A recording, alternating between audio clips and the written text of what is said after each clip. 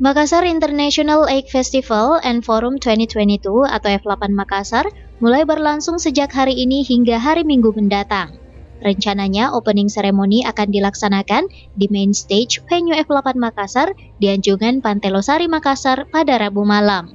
Akan tetapi, berbagai rangkaian acara sudah mulai dilakukan sebelum puncak pembukaan acara.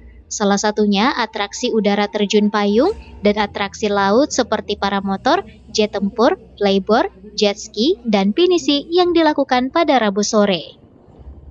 Atraksi tersebut disaksikan oleh ribuan pengunjung yang datang sejak siang untuk menyaksikan dan menikmati keseruan F8 Makassar di hari pertama. Jika Anda ingin berkunjung melihat keseruan seluruh rangkaian acara F8 Makassar, Anda dapat datang langsung ke Anjungan Pantai Losari mulai hari ini hingga 5 hari ke depan, atau tanggal 11 September 2022 mendatang.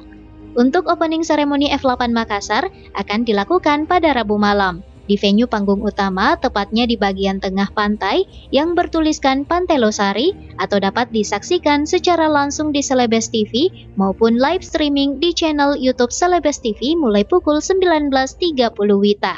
Fitri Herunisa, Celebes TV.